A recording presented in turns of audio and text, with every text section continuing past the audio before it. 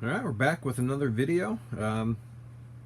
Good news, the mail came and my bargain Xbox One finally came in the mail. So, downloading some Cuphead now for it. It's huge, like 11 gigs. I didn't realize it was that big, but we're downloading that. Here's the actual console here. I don't know if you can see it or not, but it's this basic 500 gigabyte launch Xbox controller and everything over here. Nothing super fun. Just loading this up, and then we're going to go ahead and head up to the shop. Jared's coming up to help tonight. We're going to be working on the Cuphead as well as the creature from the Black Lagoon pinball. So we will pick this up once I'm over there and I get everything plugged in, and hopefully at least test the monitor out tonight and see how that's working. So we'll pick it up over there. Alright, so we're at the shop, and look, we have video, kinda. Monitor's still not bolted in, but kind of just set it up and made sure everything was working properly. Xbox One seems to take forever to kind of boot up. And it's also the size of a VCR, which today is my first experience with dealing with an actual Xbox One. We learned the tricks of having to go in and set it to my home Xbox because the game wouldn't boot before. But now we seem to have this up and running. Hopefully it'll boot back into there. There we go. Oh. Hopefully that's Chrissy saying she found the keys. That'd be pretty sweet, right? We're working on my creature from the Black Lagoon pinball and can't find the keys, but let's see. She either found the keys or she's going to bed. Nope, it was my Futurama puzzle game.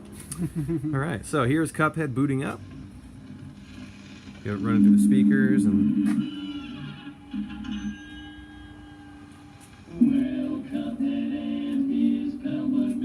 But it looks pretty cool. I'm going to back up so you guys can kind of see the whole cab.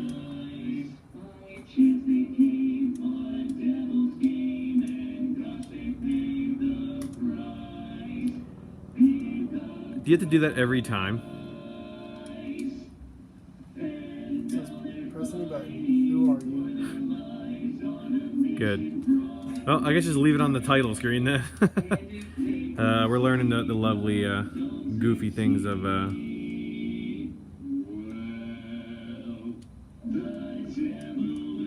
trying to figure it out, but whatever. So, here's the cab here. Sounds good. We got the cool little monitor in there. We're going to bolt it up, but it fills up the thing pretty good. I was worried about it looking too small, but I think in the grand scheme of things, it actually looks pretty good. As you can see, the marquee's got a little bit of shadowing on it from the wood in the sides there. I don't know if we're going to reprint it or not. Maybe, maybe not. I did get some feedback that the Cuphead logo looks a little small, which, I mean, yeah, I kind of see that, but I don't think it looks bad. But we're going to play it by ear. I still got to get plexi and everything cut and kind of see how everything's going. But I'm super happy with how the monitor looks. I was worried about it looking too new. But with having the tinted plexi on here, it's hard to pick up on the camera, but it really does look super nice in there. I'm really happy with how that's turning out. Once this is black up here and the speakers are cut, it'll look really nice. The next thing we're going to do is I'm going to get Rob some measurements here for the control panel, and we're going to get those buttons going and wired up, and then tear everything apart for paint and side art. So we're definitely getting there. It looks cool though.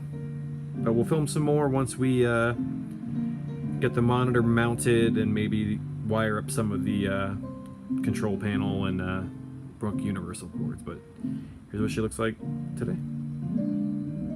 Alright, it's another day. Got some more stuff in the mail here to go into the Cuphead cabs. First here we've got two Brook Universal fighting boards. These are really good. I use them in one of my fight sticks for PS4.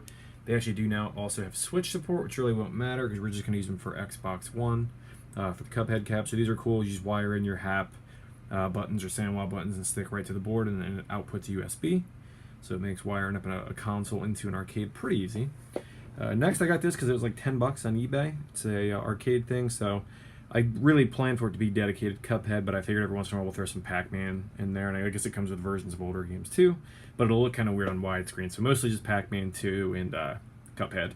And then over here I got these on eBay. Molex connectors, for whatever reason, are super friggin' expensive now. These are like micro Molex connectors, which are actually kind of cool looking. I got 12 pins, because we're going to have 6 buttons. We're going to have 4 directions and a start button and a ground, so all that together comes out to exactly 12. So I might double up one of the grounds on this and run it back up to the joystick and one to the buttons, as we have 2. But those are there. We got 2 of those, 1 for each side. And that's pretty much what we're going to be working on later this week. I'm going to go get the measurements today for the panel. Rob's going to draft up some custom art for it. And then later this week, probably Friday or so, we're going to start mounting the monitor, working on all that fun stuff, and then I got to cut a back door and do all the rest of that before we completely tear it down and do it and get it ready for paint. So free plays in less than a month, so I have a lot of work to do, and a lot of nights and upcoming weekends will be spent at the shop getting this done. Alright, so back again for another day. Gonna be doing some more work on the old Cuphead here, as well as this guy back here, Creature from the Black Lagoon. But before we get started, I have been an absolute slob up here in the shop, so I'm gonna go ahead and clean that up. Well, there's still a little bit of daylight, and then Jared will be up here in a little bit, and we're gonna start wrenching on both of these games. Alright, so we got the cab back to the way it was. Everything's working out. The game actually boots up and plays. I figured out the issue we were having was the Xbox was not booting into a specific profile, but now that I've got that booting into a profile, game boots up and plays, and everything's good on that. So glad we got that little issue figured out. I am now working on this, which will be the monitor bracket. Just drilled out a 4x4 there, 4" by 4" spot. Hopefully it'll fit on the back of the face mount on that monitor over there. And then I gotta make sure that I have room. I should probably need to cut that bottom off so it fits the power and HDMI cords there. Probably just trim out the bottom, probably like come up and then cut it over with the jigsaw or something like that. Then we're gonna mount that, cut that the exact width. I just sent over the measurements to to Rob, who's gonna be doing the control panel art. Gonna try to get this monitor mount in there tonight and get the monitor mounted up on the wall. So I'm gonna keep plugging away on the monitor mount here, make sure everything is good on it, and then we will probably pick it up when the monitor is mounted. All right, so here is the mount all fixed. I only got 2 screws in the base. I'm gonna put the last 2 in, but I cut that little channel there to go around the HDMI and power cord there, and it fits pretty well. Got some L brackets, so we're gonna go ahead and pop it into there to make sure everything fits, get it all mounted up and everything. And I got Jared here help me work on Creature from the Black Lagoon, having some opto issues we think, but also it'll be nice to have an extra set of hands to mount this beast. But here to here, we're gonna go ahead and put it in, and then once it's all done, I'll pull it back out and paint it black once we paint the cab. This way you can't see it when it's in there, but let's see if we can get it mounted. All right, so we have the monitor mounted. If you wanna come check it out here, we have my little MDF board I made here. I still gotta put these bottom 2 in. I really was just putting it in here for sizing and spacing and everything, but we got it in here with some L brackets holding on. Again, this will be all painted, but I cut this little channel here so the HDMI and power cord would fit in there with no problems. And if you come to the front here, it looks pretty good. It's pretty centered. It's the left side's got to come up maybe like 1/8 of an inch, but that'll be fixed once we get that on there. But the monitor is mounted. I'm going to probably work on the speaker board next. I got to pull this down and drill a bunch of holes in it here for the speaker, for the sound to actually come through. Probably pull this piece out, get all that tightened up, and then have to get some paint and speaker fabric for all that. Yeah, this is rough too. We're gonna work on that too, not today, but I wanted to get this mounted, make sure everything was working on it, and got that done. So I'm gonna work on this speaker panel next, and then probably gonna play the game a little bit.